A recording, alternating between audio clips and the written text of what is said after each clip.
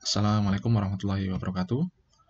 Teman-teman, mari kita lanjutkan perkuliahan kita ya. Pertemuan setelah UTS, kita akan membahas tentang manajemen memori. Namun kemarin karena kebetulan saya menyesuaikan soal UTS-nya dengan Bapak Kaprodi, Pak Haryanto, kebetulan beliau mengajar sistem operasi. Kemarin saya menyumbangkan soal berupa eh, penjadwalan proses. Tapi ternyata dari beliau juga ditambahkan soal-soal dari virtual memory dan manajemen memori. Sementara kita materi sebelum UTS belum sampai ya manajemen memori dan virtual memory. Teman-teman jangan khawatir, uh, untuk kedepannya kalau misalkan teman-teman mengalami ujian yang seperti itu ya, misalkan ada soal yang materinya belum sampai, teman-teman jangan khawatir.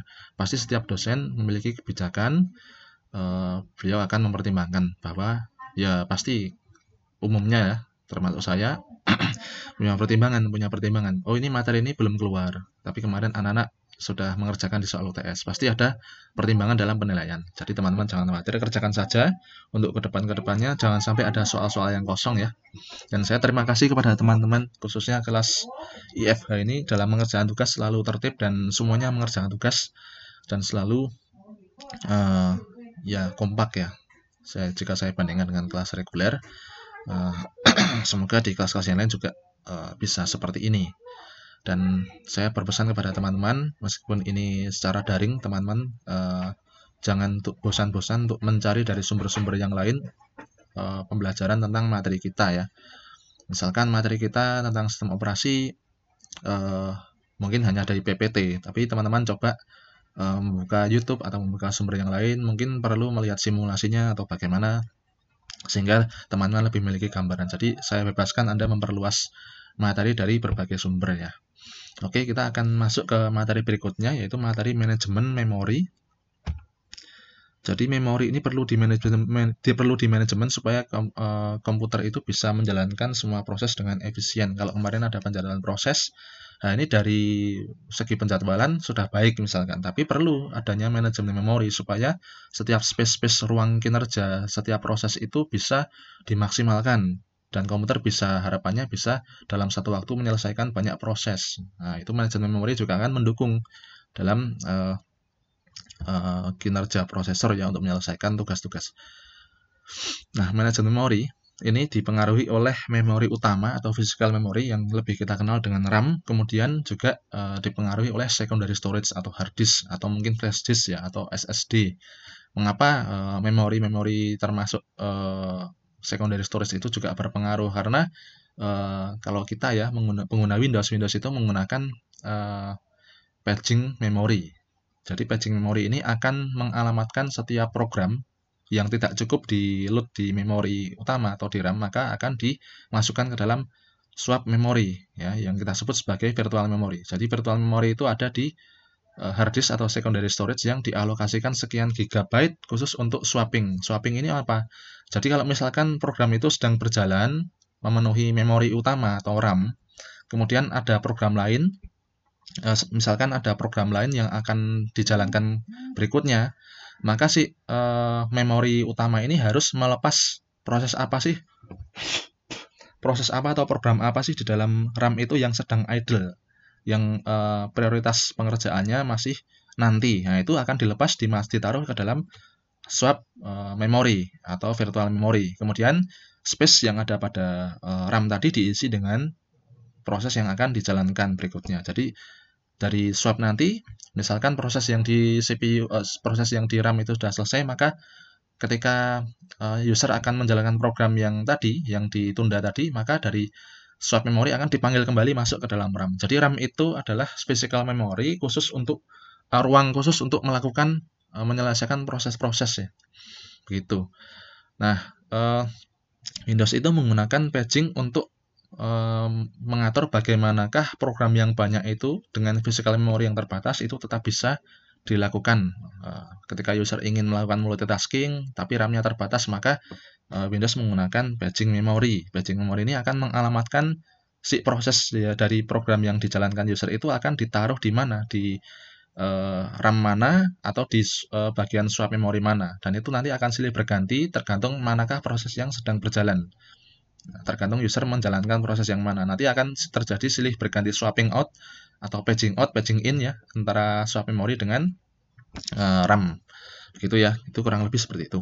Jadi memori utama ini harus diatur sebaik mungkin ya, agar meningkatkan utilitas CPU yang semaksimal mungkin. Data dan instruksi dapat diakses dengan cepat oleh CPU, kemudian memori utama atau RAM memiliki kapasitas memori utama ini atau RAM ini sebenarnya kapasitasnya terbatas, sehingga pemakaiannya harus seefisien mungkin ya. Kemudian transfer data dari dan menuju memori utama atau dari memori utama menuju CPU dapat secara efisien, dapat terlaksana secara efisien. Saya perbesar. Nah, manajemen memori ini berkaitan dengan RAM sebagai sumber daya yang harus dialokasikan dan dipakai bersama di antara sejumlah proses yang aktif.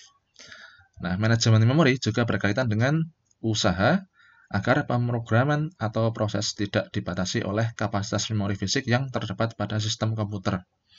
Nah, yang menyebabkan Windows itu nanti loading lama itu misalkan RAM-nya kecil, kemudian hard disk-nya juga kecil, tapi proses yang dijalankan oleh user banyak, maka sistem operasi ini akan sibuk membuat paging memori, bagaimanakah memetakan semua proses yang berjalan itu bisa silih berganti, tapi user merasakannya tetap menjalankan proses yang bersama-sama. Nah, itu sistem operasi membuat paging itu akan menyebabkan yang namanya distressing ya namanya. Jadi proses manajemen memori ya dengan paging itu memakan waktu yang cukup kompleks. Nah, fungsi dari manajemen memori itu tadi mengelola informasi memori yang terpakai dan yang tidak terpakai. Jadi kita harus tahu berapa sih unused memory dan used memorinya. Kemudian fungsi berikutnya adalah mengalokasikan memori ke proses yang memerlukan dan mendealokasikan atau melepas ya, merilis memori dari proses yang telah selesai. Kemudian mengelola swapping antara memori utama dan swap disk ya atau secondary disk yang digunakan sebagai swap sebagai penyimpanan sementara kalau belum di loading ke RAM ya. Nanti ketika proses di RAM sudah selesai, kemudian user ingin menjalankan proses yang tadi idle, maka dari swap hard disk atau swap disk di paging in lagi ke RAM sehingga user bisa menjalankan prosesnya. Nah, swapping, maaf ya, sebentar.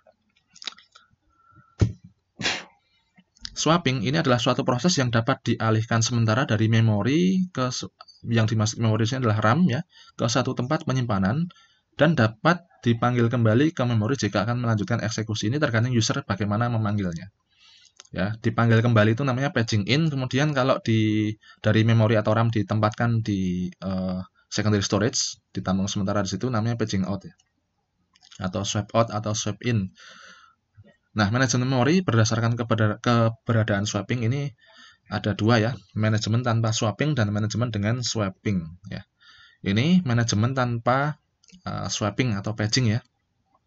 Ya cuma seperti ini, user program, ini RAM, kemudian operating system in ROM menjalankan user program, kemudian device driver in ROM menjalankan user program dan RAM beroperasi. Tidak ada semacam dari RAM itu proses yang dibuang terlebih dahulu atau ditampung dulu ke suatu secondary storage, kemudian proses berikutnya masuk, ini nggak ada ya.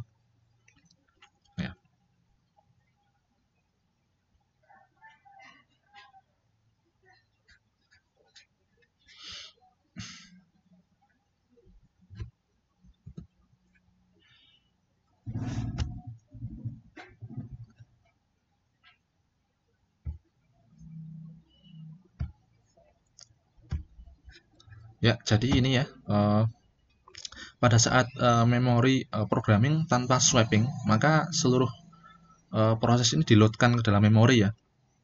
Suatu memori ini dikuasai oleh satu proses, kemudian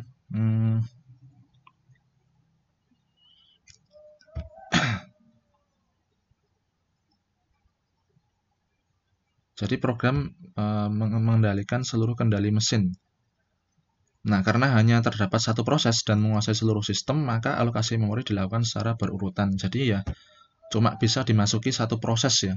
Cuma bisa dimasuki satu proses, tidak ada yang ditampung dulu di mana secondary atau virtual memorinya untuk menyebabkan bisa berganti proses atau melakukan banyak proses dalam satu mesin ya. Nah, ini kalau kita lihat ini user programnya cuma satu. Jadi seluruh memori ini entah user programnya itu kecil atau besar ya, dia hanya menjalankan satu program karena tidak ada manajemen swapping. Tidak ada manajemen swapping ya. Seperti itu. Ini adalah mono programming, tidak ada swapping ya. Nah, jadi seperti ini mono programming. Ini memori utama, sistem operasi di RAM. Jadi RAM itu juga menampung bagian-bagian dari proses di sistem operasi. Kemudian ini program pemakai, program user ya, yang ada di RAM. Jadi bagian rutin dari program yang dipakai user untuk menyelesaikan file tersebut. Kemudian ada filenya dan ada space yang tidak dipakai. Jadi kalau misalkan programnya itu kecil, ya programnya cuma satu itu aja yang bisa menempati di memori utama itu, karena ini menganut sistem monoprogramming, tidak menggunakan swapping. Kalau menggunakan swapping atau memory segmentation itu nanti bisa silih berganti ya, dalam satu memori itu bisa ditempati banyak program tergantung space dari memori dan juga space dari swappingnya, swap disknya ya. Kemudian perkembangan lebih baik lagi dari monoprogramming ya, yang tidak menggunakan swapping, ini ada multiprogramming dengan partisi statis ya. Multiprogramming ini adalah banyak proses pada memori utama pada saat yang bersamaan. Nah, alasan menggunakan multiprogramming ini supaya mempermudah pemrogram, karena pemrogram dapat memecah program menjadi dua proses atau lebih. Kemudian agar dapat memberikan layanan interaktif ke beberapa user secara simultan. Lalu alasan yang berikutnya adalah efisiensi dalam penggunaan sumber daya.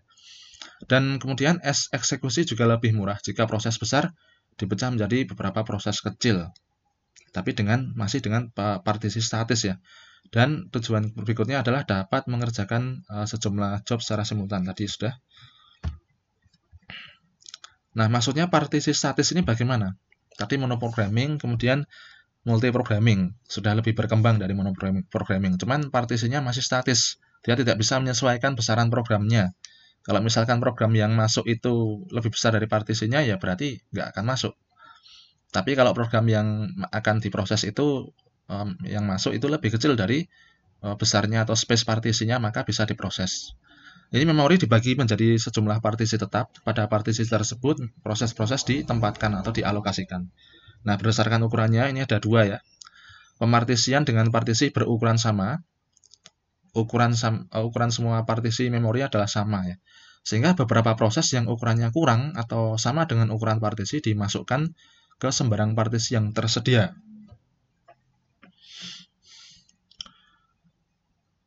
Nah, jadi beberapa proses yang ukurannya itu lebih kecil atau sama dengan ukuran partisi ini dimasukkan ke sembarang partisi yang tersedia. Kemudian pemartisian dengan partisi berukuran berbeda, ukuran semua partisi di memori berbeda-beda ya. Ini untuk istilahnya sebagai berjaga-jaga, cadangan untuk berjaga-jaga kalau ada proses yang tidak bisa masuk ke suatu partisi yang lebih kecil, sehingga bisa ditempatkan ke ukuran partisi yang lebih besar. Tapi itu pun gambling ya. Pemartisian dengan partisi berukuran sama tadi, atau disebut partisi statis, ini memiliki kelemahan ya. Sebenarnya yang ukuran berbeda-beda pun juga termasuk statis karena tidak bisa menyesuaikan program yang masuk ya. Nah, ini kelemahannya bila program berukuran lebih besar dibanding partisi yang tersedia, maka tidak dapat dimuatkan dan dijalankan. Artinya, suatu program itu yang dimuatkan memori itu hanyalah all atau tidak ada. Kalau partisinya nggak cukup, ya udah nggak dijalankan. Tapi kalau partisinya cukup, programnya kecil atau sama, dijalankan. Nah, pemrogram harus mempersiapkan overlay. Nah, overlay ini adalah program yang dipecah menjadi bagian-bagian yang dapat dimuat ke memori. Jadi, misalkan Anda nanti memprogram suatu embedded system dengan memori yang terbatas. Misalkan kita biasanya kan embedded system itu sistemnya ini ya, RAM-nya tidak seperti komputer yang besar, sehingga ada keterbatasan pada memori. Maka dari pemrogram yang memberikan sistem tertanam atau OS tertanam di perangkat itu harus menciptakan overlay. Jadi setiap si perangkat itu memproses suatu proses, maka harus ada mekanisme memecah proses menjadi lebih kecil supaya bisa dimuatkan ke memori. Jadi desainer programnya, desainer OS-nya yang akan di-embedkan itu harus bisa membuat overlay-nya. Nah, sehingga dengan overlay itu hanya bagian program yang benar-benar dieksekusi yang dimasukkan ke memori utama atau RAM dan saling bergantian. Untuk overlay diperlukan sistem operasi yang mendukung swapping ya. Jadi perlu secondary storage ternyata overlay ini. Ya, karena dipecah yang kecil-kecil, nanti bagian manakah yang sebelum diproses dari pecahan yang lainnya itu ditaruh di swap secondary disk-nya. Kemudian nanti ketika partisi proses yang pertama sudah selesai dijalankan, berarti ada space di memori utama, maka dari overlay di swap disk-nya itu dipanggil, kemudian di-load-kan kembali ya. Kemudian setelah selesai berikutnya partisi proses yang disimpan di overlay di-load-kan kembali ke memori utamanya dan seterusnya sampai selesai ya. Jadi ternyata tetap perlu memori pendukung atau suplemen memori atau secondary memory untuk swapping. Nah, bila program itu lebih kecil daripada ukuran partisi yang tersedia, maka akan ada ruang yang tidak terpakai yang disebut dengan fragmen. Nah, fragmen ini bisa fragmen internal dan fragmen eksternal ya. Nah, kalau dia programnya lebih kecil, maka yang terbentuk adalah fragmentasi internal. Memorinya sisa atau berlebih ya, kelebihan space memori. Kelemahan ini dapat dikurangi dengan membuat partisi tetap dengan ukuran yang berbeda. Nah, ini partisi dengan ukuran yang sama ya, sistem operasi dia bagi partisi, setiap blok partisinya itu ukurannya 256 KB ya, sama ya. Nanti kalau ada program yang lebih kecil ya masuk ke sembarang partisi. Kalau proses yang masuk itu lebih besar ya tidak bisa. Harus menciptakan overlay. Overlay itu membutuhkan suatu swap memori. Nah, nanti yang masuk ke sini berdasarkan dari space partisinya setiap 256 KB. Kemudian sisanya ditaruh di overlay. Setelah setelah program itu selesai di proses di partisi pertama, maka akan memanggil partisi berikutnya yang ada di overlay masuk ke sini ya. Tergantung ini dia di memorinya menyediakan berapa partisi, yang cukup berapa begitu. Sisanya nanti dipanggil dari overlay-nya. Nah, pemartisian dengan partisi berukuran berbeda ini juga statis ya. Partisi ini statis itu maksudnya apa? Ukuran partisinya ini nggak akan berubah ya. Sistem operasi menetapkannya sekian.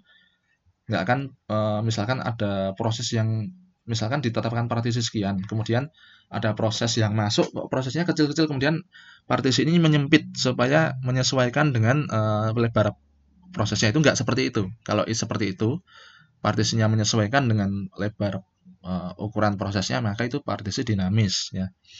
Ini partisi statis dengan ukuran yang berbeda. Nanti yang nggak terlalu besar masuk ke yang paling kecil, yang agak besar masuk ke partisi yang kedua, yang proses yang besar masuk ke partisi 3. Itu pun kalau cukup. Kalau tidak cukup ya dilakukan swapping melalui overlay tadi. Nah, fragmentasi pada partisi statis ini ya. Jadi tadi fragmentasi itu adalah pemborosan atau kemubadiran ya space memori yang terjadi pada proses penyimpanan. Fragmentasi bisa internal ataupun eksternal. Internal internal itu adalah proses yang tidak mengisi penuh partisi, sehingga di partisi itu masih ada ruang kosong atau unused memory ya. Kemudian kalau fragmentasi eksternal ini adalah partisi yang tidak dapat digunakan karena ukuran partisi lebih kecil dibanding ukuran proses yang menunggu di antrian. Nah, ini fragmentasi eksternal. Nah, seperti ini ya. Kalau yang masuk ke sini, jadi partisi statis itu kelemahannya seperti ini. Nanti akan terjadi fragmentasi. Ada proses-proses yang tidak bisa di-load, ada proses-proses yang bisa masuk tetapi menyebabkan unused space ya. Kalau yang masuk di sini ada lebih dari satu, ternyata partisi 4 itu sedikit ya, nanti akan menyebabkan fragmentasi eksternal. Kemudian kalau ini proses yang kecil masuk ke partisi 2, partisi kedua kan space-nya besar, menyebabkan fragmentasi internal ya. Jadi akan lebih baik kalau misalkan ada semacam batching file atau bisa OS membuat partisi yang dinamis ya, menyesuaikan berapa sih yang proses-proses yang masuk ke dalam memori.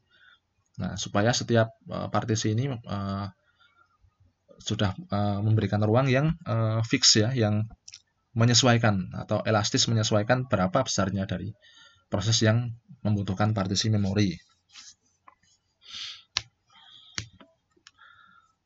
Namun meskipun ini partisi statis, apabila didukung dengan overlay itu tetap masih bisa aman ya, tidak ada program yang stuck ya. Jadi memang sampai sekarang pun Windows paging memory itu sebenarnya konsepnya juga dari overlay, cuman menggunakan logic memory. Logic memory ini nanti memetakan setiap program view memory atau setiap program yang dijalankan itu juga punya alokasi pada memori yang disebut dengan logic memory. Nanti ketika program itu jalankan, dia akan dialamatkan oleh sistem operasi melalui pada paging ya. Pada sistem paging ini akan menunjuk si program yang jalankan nanti ditaruh langsung di RAM atau ada yang ditaruh di swap ya. Jadi logic memory ini adalah alamat logic dari suatu program yang berjalan, dan nanti pengalamatannya terserah dari sistem operasi. Sistem operasi melihat apakah program itu sudah dijalankan atau belum dijalankan, atau sedang dijalankan tapi yang ditempatkan di memori utama harus sekian persen. Nanti sisanya ditaruh di swapping dulu, di swap disk dulu. Nah, itu manajemennya menggunakan paging file. Jadi awal mulanya Windows menggunakan itu juga didasari dari overlay ya. Perlunya adanya semacam ruang penyimpanan untuk mendukung memori utama dalam menyelesaikan proses. Nah, ini partisi dinamis ya. Jadi partisi statis menyebabkan memori terlalu banyak diboroskan dengan proses-proses yang lebih kecil dibandingkan partisi yang ditempati. Dengan partisi dinamis, maka jumlah, lokasi, dan ukuran proses di memori dapat beragam sepanjang waktu secara dinamis ya. Dia lentur menyesuaikan partisinya, menyesuaikan besarnya prosesnya itu. Proses yang akan masuk ke memori segera dibuatkan partisi untuknya sesuai kebutuhannya. Tapi teknik ini meningkatkan kinerja dari OS ya. Perlu OS yang canggih, perlu kinerja dari prosesor, walaupun ini juga meningkatkan utilitas memori ya. Nah, kelemahannya kalau dinamis ini dapat terjadi lubang-lubang kecil memori di antara partisi-partisi yang terpakai. Kemudian alokasinya juga lebih rumit. Dalam alokasi dan merilis lokasi atau dialokasinya itu juga rumit karena harus membuat dinamis ya. Sedangkan kalau yang tadi sudah fix itu tinggal, oh ini nggak digunakan, udah dirilis saja sekian. Tapi ketika dinamis maka dia harus di samping mengalokasikan dan dialokasi harus menyesuaikan dengan besarnya proses. Berarti setiap proses yang masuk diukur, kemudian ada mekanisme pembagian partisi yang menyesuaikan. Ada pendataan dulu lah. Lain halnya dengan proses langsung masuk, tapi sebelum masuk ini difilter dulu. Oh, kasih proses ini sekian besarnya, dikasih partisi sekian begitu. Dan tentu ini akan menambah kinerja atau kesibukan dari CPU ya dalam mengatur ini partisinya. Nah, seperti ini ya. Memori untuk sistem operasi ya. Ini proses 0, proses 1, proses 2, proses 3. Kemudian proses 1 diproses lalu berakhir. Dan di sini memori yang ditempati, partisi yang ditempati proses 1 akan dibebaskan ya. Dibebaskan. Kemudian proses yang lain masih berjalan dengan masih meninggalkan lubang ya atau unused space ya. Kemudian proses 3 selesai, maka akan meninggalkan lubang yang besar ya. Ada lubang di baris 2 dan lubang yang ditempati proses 3 tadi. Nah, pas terjadi lubang-lubang semacam ini, karena dia dinamis kan di samping memproses dia menjadi sibuk, harus gimana sih lubang-lubang ini nanti ditutup gitu. Atau kalau bisa malah segera memasukkan proses-proses berikutnya ya, supaya tidak ada unused space memory. Nah, itu jadi semakin canggih itu juga semakin menambah proses ya. Semakin menambah proses pada CPU sekaligus menambah proses pada OS ya. Nah, setelah proses 3 berakhir, memori dipenuhi lubang-lubang memori yang tidak terpakai. Ini dapat diatasi dengan cara pemadatan memori atau compaction of memory. Nah, operasi penggabungan semua lubang kecil menjadi lubang besar dengan memindahkan semua proses agar saling berdekatan. Nah, ini kan juga mekanismenya nggak gampang seperti itu, karena dinamis tadi. Harus ada mekanisme seperti itu. Itu kan juga menyita kinerja CPU juga, padahal harusnya CPU menyelesaikan proses dari user ya. Nah, itu. Nah, setelah pemadatan memori seperti ini ya. Tadi yang terjadi ada space di baris kedua dan baris ketiga ini digabung. digabung sehingga di sini terjadi space kosong yang sudah tergabung, tidak berjauh-jauhan ya. Nah, kelemahan dari pemadatan memori ini memerlukan waktu yang kompleks, yang banyak. Sistem juga harus menghentikan sementara semua proses ketika terjadi pemadatan. Nah, ini kan menambah delay yang dirasakan oleh user, pasti akan kok lama ya, kok lama sekali prosesnya. Ya, karena diselingi dengan proses ini, dinamisasi dari partisi itu. Nah, ini waktu tanggap responnya juga akan semakin lama. Nah, masalah lain pada partisi dinamis adalah proses dapat tumbuh berkembang ya. Kalau prosesnya itu semakin tidak terkendali ya, usernya itu suka misalkan menjalankan proses-proses yang banyak, dari proses itu kan kita nggak bisa menjamin apakah dia terus-menerus ya stagnan atau naik turun ya, maka itu harus menyesuaikan besarnya proses itu, sehingga OS dan CPU itu akan sangat sibuk sekali ya, dan menyebabkan delay yang dirasakan oleh user itu semakin besar, delay atau waktu responnya semakin lama ya. Nah, solusinya adalah bila proses bersebelahan dengan lubang memori tidak terpakai, proses tumbuh memakai lubang itu ya. Jadi, bila proses bersebelahan dengan lubang memori tak terpakai, maka proses itu harus ditambah supaya lubang-lubang atau unused space tadi terpakai ya. Nah, masalah akan menjadi lebih parah bila proses bersebelahan dengan proses-proses lain. Nah, itu masing-masing proses perlu dinamisasi, perlu memperbesar, tapi yang lain juga iya. Nah, itu kan memorinya terbatas ya, masing-masing perlu dilebar besarkan, yang lain juga perlu dibesarkan. Nah, itu kan masalah ya. Harus ada bagaimana pembagiannya seperti itu. Itu masalah di partisi dinamis. Sehingga perlu adanya suatu alternatif penyelesaian. Yang pertama, bila masih terdapat lubang besar yang dapat memuat proses, maka proses dipindah ke lubang memori yang dapat memuatnya. Kemudian suatu proses atau lebih di-swap ke disk agar memberikan lubang cukup besar untuk proses yang sedang berkembang. Jadi perlu adanya secondary storage sebagai suplemen yang membantu memori utama untuk melakukan swapping. Ketika ada proses lain yang berkembang perlu space yang di sebelahnya atau perlu space pada memori utama, maka yang lainnya dikalahkan dulu, di-swap dulu ke secondary space ya. Jika proses tidak dapat tumbuh di memori dan daerah swap di disk telah penuh, proses harus menunggu disingkirkan. Nah, itu. Jadi swap disk itu juga ada batasannya. Nah, proses tidak dapat tumbuh, dia perlu space partisi yang lebih besar, tapi di swap disk juga nggak cukup ya, proses itu harus disingkirkan dulu, di-kill proses dulu ya. Seperti itu ya. Nah, ini alokasi memori akan berubah ya selama proses-proses datang ke memori dan merilis memori ya. Ada proses datang dan ada proses melepas memori. Nah, ini bagian yang diarsir atau yang hitam ini adalah bagian yang tidak digunakan ya, atau memori yang bebas ya. Ini operating system pada memori, ada proses A masuk meninggalkan suatu unused memori yang cukup besar. Nah, supaya tidak ada lubang maka proses B masuk. Proses B masuk, kemudian proses C masuk karena masih terdapat unused space yang cukup untuk proses C. Nah, kemudian proses A selesai untuk sementara supaya proses D masuk ya. Karena proses D tidak bisa masuk di sini, unused space-nya nggak cukup untuk proses D. Proses A dirilis, kemudian proses D masuk menempati space yang ditinggalkan proses A. Sehingga masih terdapat ini ya, lubang-lubang ini ya. Kemudian proses B ini selesai, meninggalkan lubang yang cukup besar, maka kemudian lubang ini ditempati, unused space ini ditempati oleh proses A ya. Proses A. Nah, ini dari mana kok proses A tadi hilang, rilis kok bisa dipanggil lagi? Nah, proses A-nya yang ketika dilepas tadi, sehingga meninggalkan lubang, lalu user menjalankan program D. Nah, proses A itu ditampung ke swap ya. Ini ada swap secondary storage untuk menampung sementara proses A. Kemudian menjalankan proses D, proses B selesai, masih terdapat space pada RAM. Ini RAM ya, ini memori utama. Maka proses A dari swap disk itu di swap in atau di paging in lagi masuk ke RAM ini ya. Jadi seperti itu, proses swapping secondary storage itu sangat membantu kinerja RAM ya. Nah, ini memory management dengan bitmaps ya. Jadi sistem operasi ini membuatkan semacam list pemetaan memori dengan bit-bit ya. Bit-bit tertentu, misalkan ini pada bagian ini adalah whole-nya, kemudian start pada bit ke-18, maksudnya mungkin pada alamat ke-18.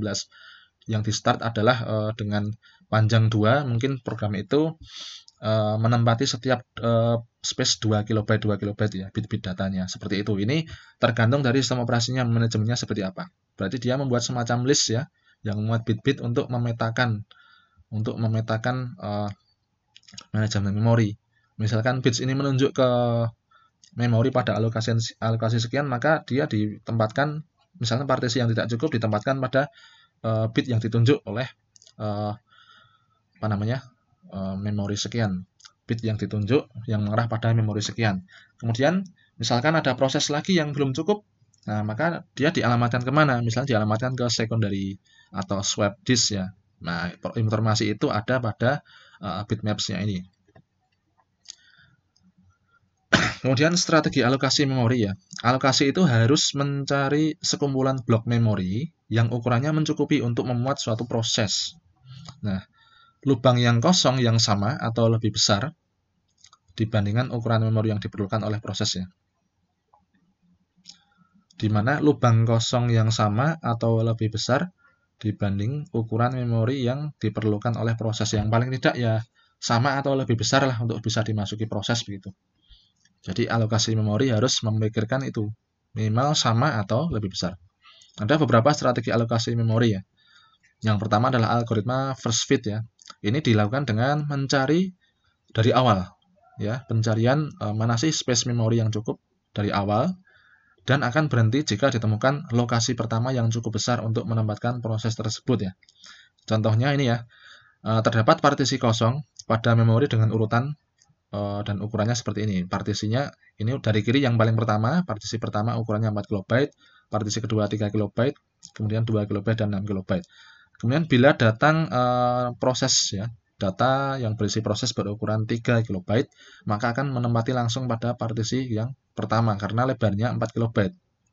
Kalau misalkan di partisi pertama itu 3 kilobyte, yaitu yang ditempati karena 3 kilobyte masih cukup untuk menampung 3 kilobyte ya. Jadi dia pertama kali dari deretan segmen atau deretan partisi yang pertama apakah mencukupi. Kalau mencukupi ya udah di situ gitu. Padahal kalau menempati di 4 kilobyte itu kan menyisakan lubang 1 kilobyte. Harusnya kan dia masuk di sini. Nah, itu karena dia algoritmanya first fit, maka dia mencari mana yang sudah cukup, yang di situ ya udah gitu. Kemudian algoritma next fit ya. Ini mirip dengan first fit, hanya pencariannya tidak dimulai dari awal, tapi dari lokasi terakhir kali menemukan segmen yang cocok atau partisi yang cocok, dan akan berhenti jika ditemukan lokasi pertama yang cukup besar untuk menempatkan proses itu ya.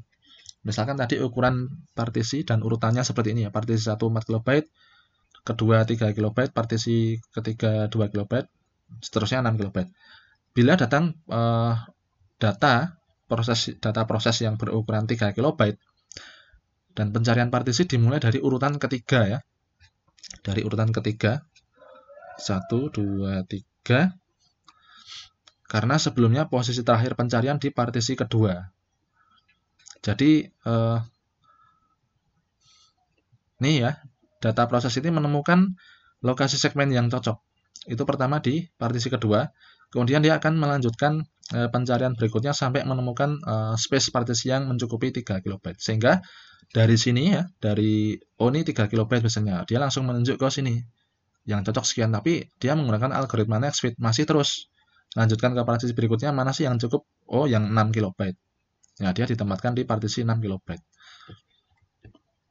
Kemudian ini algoritma best fit ya, pencarian dimulai dari awal dan akan berhenti jika ditemukan lokasi terkecil pertama yang cukup untuk menempatkan proses tersebut. Jadi lebih efisien, tidak hanya sekedar cukup dari awal, dari partisi awal dicari, tidak hanya sekedar yang cukup, tapi yang proporsional supaya tidak ada unused space memory yang terbuang ya.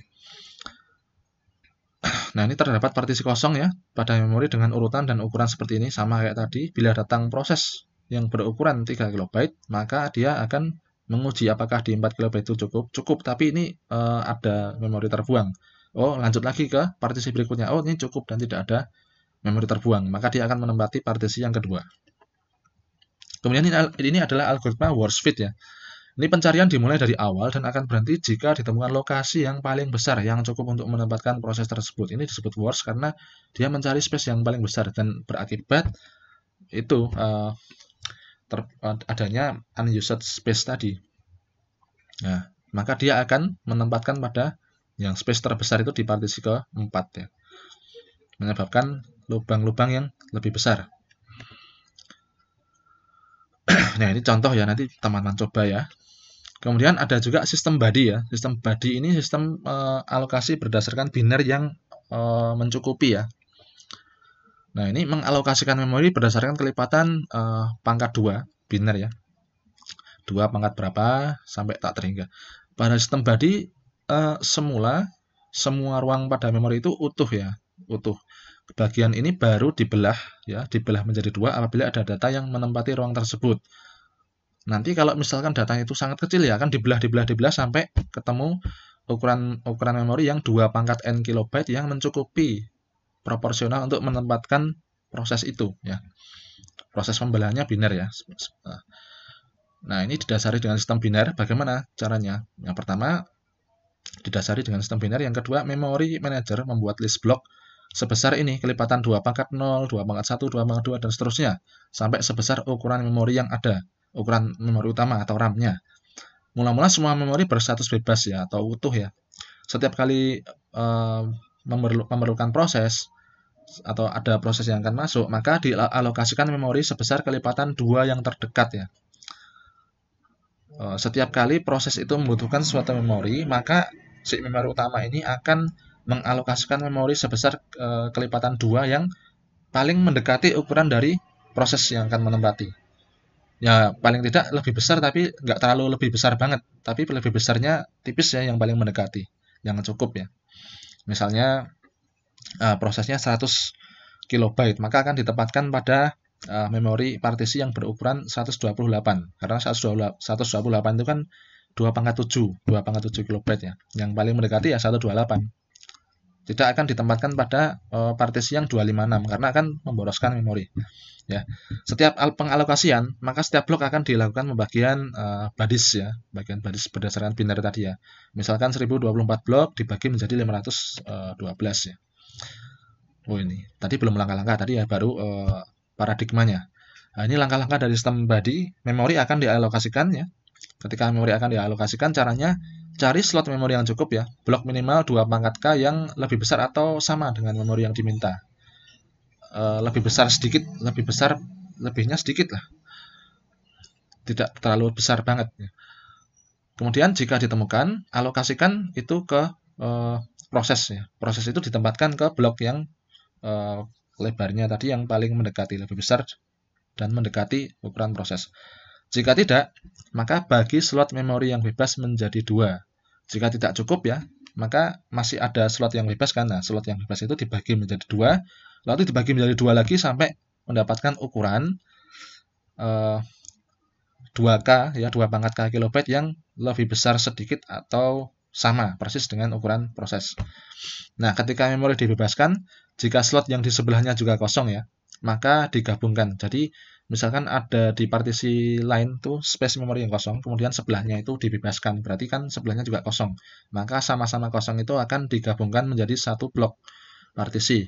Jadi tidak ada partisi kosong yang menempati partisi. Unused space itu bergabung menjadi satu partisi. Seperti ini ya. Awal mulanya 1 MB 1024 kilobyte ya, satu blok ini belum dibagi. Kemudian ada proses A, dia memerlukan 80 kilobyte space partisi dari RAM, maka ini akan dibagi 2 dulu, dibagi 2 ya. 512 512. Kemudian 512 512 dibagi 2. Oh, 256 255 MB. Masih terlalu jauh ya. 256 kalau dimasuki 80 masih terlalu ada space yang terbuang. 256 dibagi 2, 128. Karena 128 itu kan 2 pangkat 7 ya. Oh, 128 ini sudah yang paling mendekati untuk memuat proses A. Maka proses A masuk ke partisi 128 kilobyte. Jadi terbentuk partisi seperti ini. Ini masih kosong ya. Kemudian B memerlukan ini kosong tetapi bukan dalam rangka proses rilis ya. Kalau terjadi rilis seperti ini nanti, proses D rilis seperti ini. Kalau rilis itu nanti otomatis akan gabung.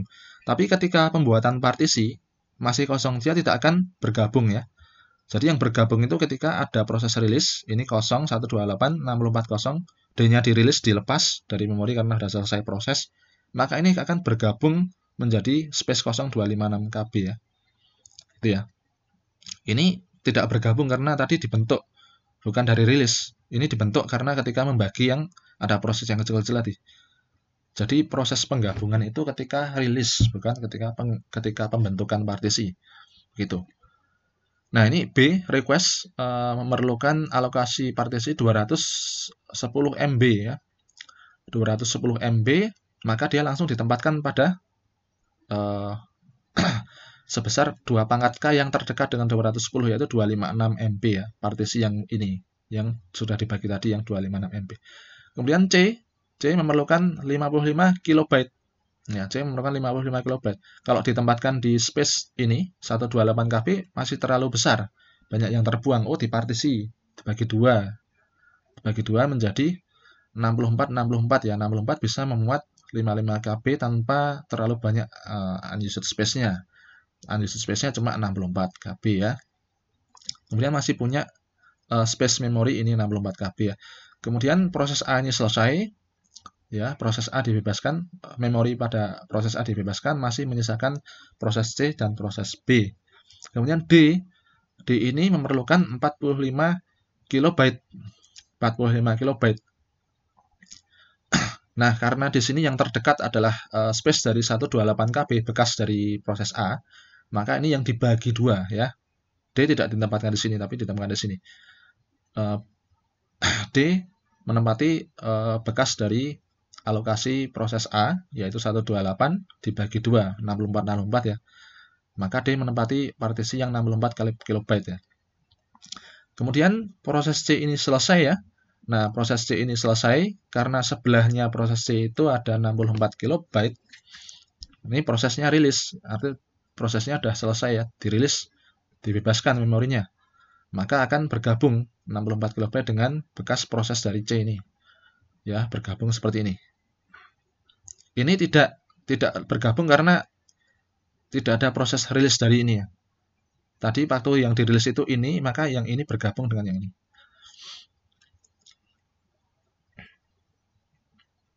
Ya, ini bisa mungkin ini ya, bisa algoritmanya bisa memilih yang di sini atau di sini karena pada waktu rilis dia akan bergabung dengan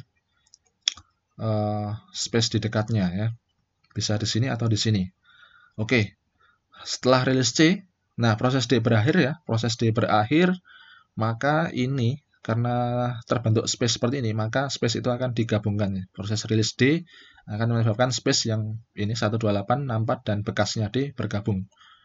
Sehingga tinggal proses B ya. Nah, proses B selesai, maka proses B dirilis, bekas dari partisi B ini dirilis proses B-nya. Sehingga sisa partisi B akan bergabung dengan space yang lainnya. Kembali memorinya utuh ya, unused space-nya 1 MB.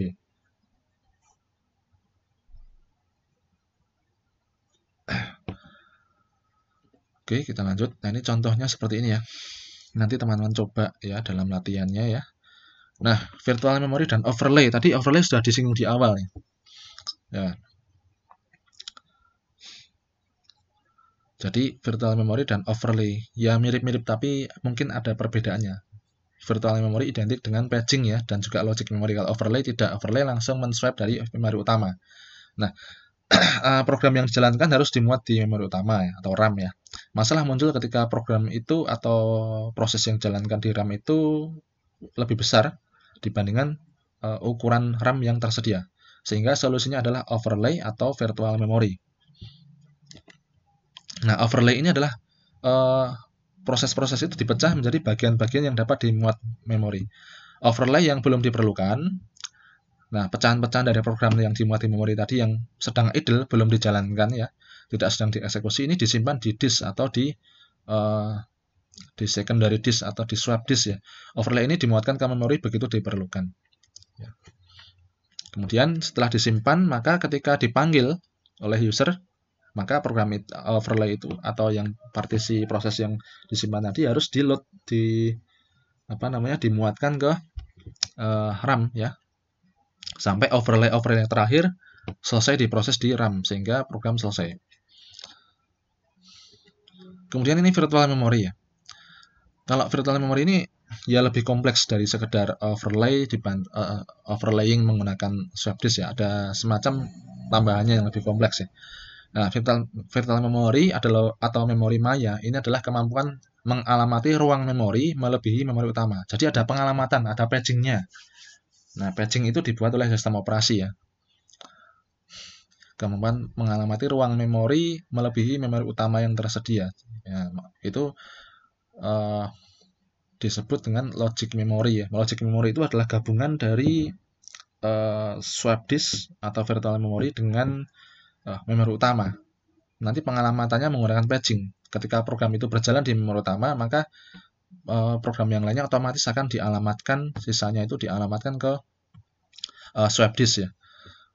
Ini sebenarnya mirip sih dengan overlay, cuman ada perbedaan yaitu ada manajemen pengalamatannya itu. Sehingga dikenal nanti adanya logic memory, kemudian paging itu ya. Nah, gagasan virtual memory adalah ukuran gabungan program, data, dan stack melampaui jumlah memori fisik yang tersedia. Jadi RAM-nya terbatas, tapi tetap bisa menjalankan program atau proses yang lebih besar dari RAM itu. Tentunya dengan pengalamatan pada logic memory yang menggabungkan antara swap disk dengan RAM ya. Nah, sistem operasi menyimpan bagian-bagian proses yang sedang digunakan di memori utama dan sisanya di disk ya. Cara penyimpanannya dia menggunakan paging itu tadi. Paging itu akan menunjuk ke logic memory. Logic memory itu bisa nanti dialamatkan atau ditaruh ke logic memory itu bisa nanti suatu program itu diletakkan pada RAM atau diletakkan pada swap ya. Itu tergantung dari bagaimanakah sistem operasi mengatur pagingnya atau pengalamatannya atau pengalamatan proses-prosesnya itu disebut paging ya. Itu tergantung si SO-nya menempatkannya bagaimana. Nah, bagian-bagian di disk diperlukan, maka bagian memori yang idle, jadi kalau misalkan ketika sedang proses itu kan di RAM semua atau di memori utama ya, saya sebut RAM itu memori utama. Jadi kalau di memori utama RAM itu ada proses-proses yang berjalan, kemudian tiba-tiba user menginginkan ada proses di luar RAM yang di luar RAM yang harus dijalankan. Maka SO ini akan memilih proses mana di RAM itu yang sedang idle, yang belum dijalankan ya. Itu akan disingkirkan, diganti dengan yang tersimpan di swap memory atau swap disk tadi dimasukkan ke dalam RAM ya. Dan yang idle tadi ditaruh di swap disk. Tapi mekanisme itu menggunakan paging atau pengalamatan yang berdasarkan logic memory. Jadi saya katakan di sini logic memory ini adalah logic yang dibuat atau logic address yang dibuat oleh OS ya untuk mengalamatkan bahwa setiap program sebesar apapun nanti pasti akan cukup walaupun RAM-nya tidak mencukupi. Dia akan dialamatkan ke bisa physical memory atau secondary memory. Nah, jadi nanti pengaturan bagaimana swapping-nya itu menggunakan paging addressing tadi ya, atau paging addressing yang ditampung dalam paging memory itu yang dibuat oleh SO ya. Nah, ini contohnya ya. Program 10 MB dapat berjalan di mesin 2 MB ya, yaitu dengan memilih bagian proses sebesar 2 MB secara hati-hati dan lainnya yang 8 MB itu ditaruh di swap disk. Di swap disk yang ditunjuk pengalamatannya melalui paging ya. Jadi walaupun ditaruh di disk maupun RAM ini alamatnya juga sama-sama disebut itu sama-sama dalam satu kesatuan disebut logical memory. Kalau tadi yang overlay tidak mengenal logical memory. Kalau ini logical memory itu adalah gabungan antara memori utama dengan secondary storage sebagai swap disk ya. Nah, bagian-bagian proses itu di swap antara disk dan memori saat diperlukan secara otomatis oleh sistem operasi. Secara otomatisnya itu dengan bantuan daripada paging addressing yang menggunakan paging memory. Itu yang menyediakan adalah SO-nya ya. Gitu ya teman-teman ya.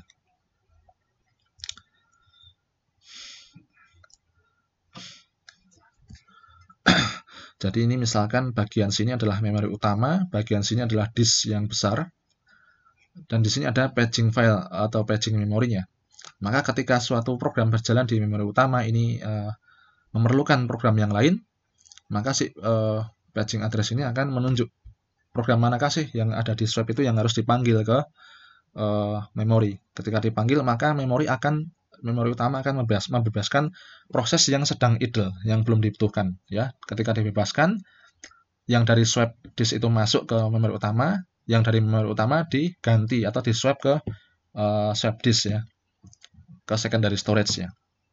Seperti itu. Itu pengaturan silih bergantinya itu menggunakan pengalamatan yang oleh SO dianggap mereka proses itu sama-sama disimpan dalam logic address atau logic memory, walaupun sebenarnya logic memory itu mencakup physical memory atau RAM dan juga secondary storage yang digunakan sebagai swap. Kalau tadi pada overlay dan RAM itu dianggap sendiri-sendiri, memori yang sendiri-sendiri.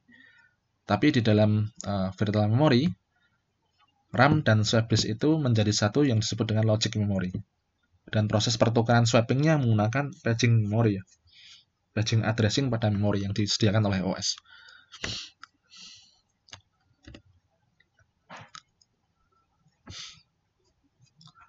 Nah ini ya, memori virtual. Memori virtual dapat dilakukan dengan dua cara, yaitu paging dan segmentasi. Ya, paging dan segmentasi ini ada perbedaannya ya. Kalau segmentasi ini mirip seperti overlay ya. Mirip seperti overlay.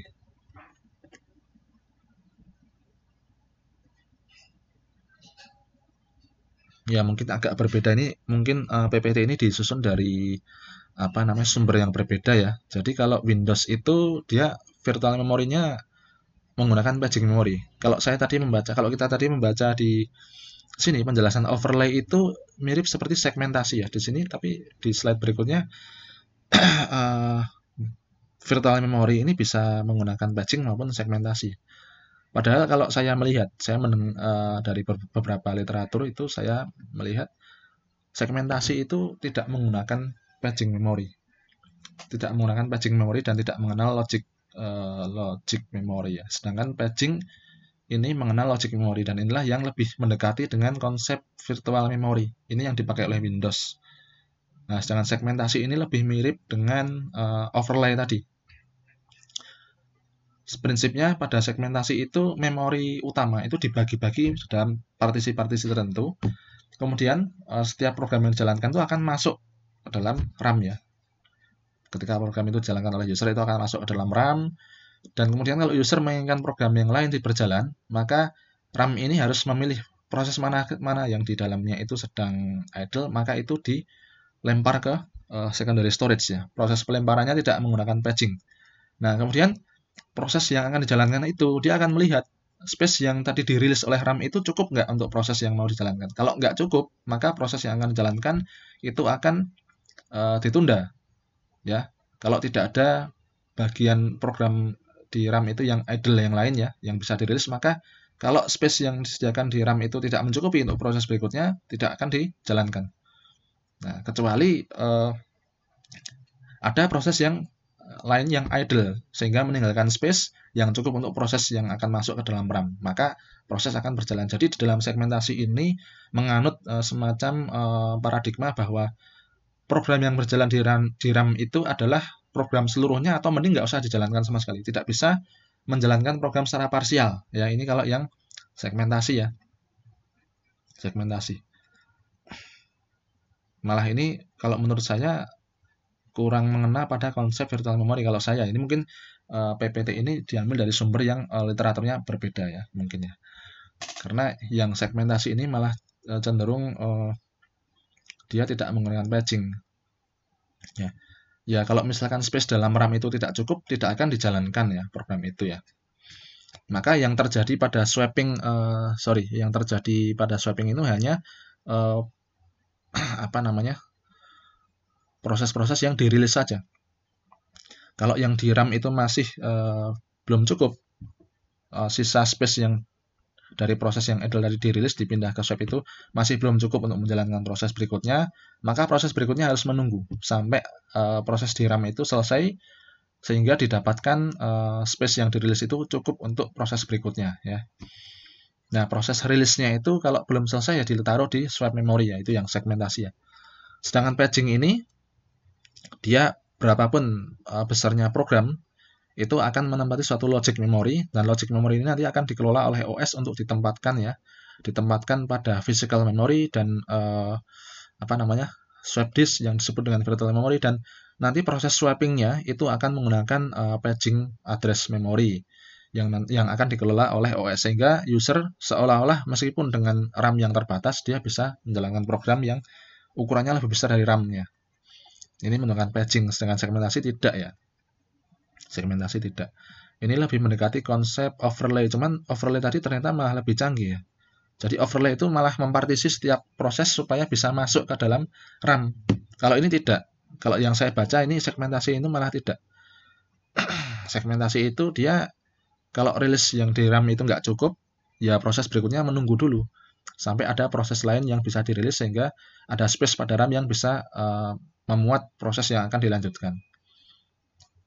Dan proses rilisnya itu kalau programnya itu belum selesai ditaruh di swap memory, kalau programnya sudah selesai maka ya sudah free ya, tidak ada yang masuk ke dalam swap memory ya. Setahu saya seperti itu. Tapi nanti silahkan teman-teman mencari dari berbagai sumber apakah segmentasi itu bagian dari virtual memory atau yang paging ini yang bagian virtual memory. Atau perlu teman-teman kembali nanti bahas nanti teman-teman telaah atau observasi lagi antara paging, segmentasi, dan overlay. Itu seperti apa sih sebenarnya? Kalau saya tadi melihat yang overlay itu lebih mendekati virtual memory ya. Kalau segmentasi ini tidak menggunakan paging. Overlay masih bisa menjalankan program-program secara parsial ya, karena dipotong-potong menjadi ukuran program yang kecil supaya masuk ke virtual memory. Sedangkan segmentasi ini yang di segmentasi itu adalah partisi atau RAM yang utuh disegmentasi sehingga bisa memuat program ke dalam RAM ya. Kalau program berikutnya itu nggak cukup pada space di RAM-nya, yang nggak dijalankan kecuali ada program lain yang idle, rilis, RAM-nya kosong dan bisa dimuat di program itu, maka program itu akan masuk. Kalau saya melihat segmentasi dari sumber yang definisinya seperti itu malah kurang canggih daripada overlay ya. Jadi kalau dalam opini saya, virtual memory ini adalah paging dan overlay itu. Yang segmentasi ini belum begitu ini ya, belum begitu secanggih konsep paging dan overlay. Karena di segmentasi yang saya baca di suatu literatur itu dia tidak memotong program menjadi program yang kecil-kecil. Hanya ada program itu bisa berjalan seutuhnya atau sama sekali nggak jalankan. Itu yang segmentasi. Sedangkan paging dan overlay itu tetap bisa menjalankan program secara parsial.